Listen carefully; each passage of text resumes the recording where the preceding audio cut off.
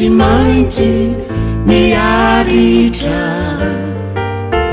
fampianatra izay tiany atao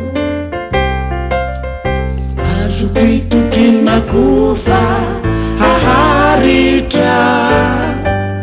ny fitavozavozako fanao izany no antony andraisako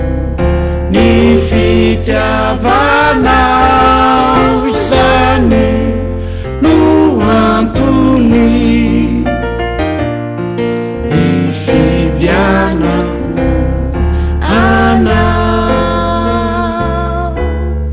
zay ekeko tena toky sy namako hopitarika hiratry zay de izay mahay mitana ny tanako raha sendra mbalavo andrangay izany no antony andraisako ny fitiavanao izany no antony ifidianako anao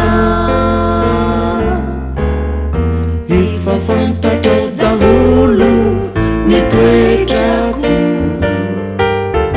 ka tsy misy miafinamina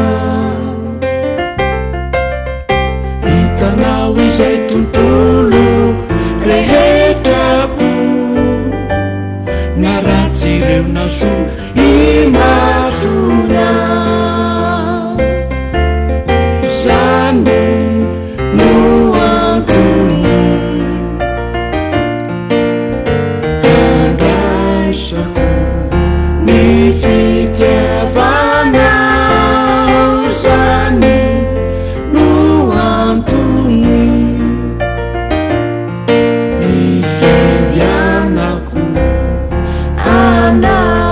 anao izany no antony andraisako ny fitiavanao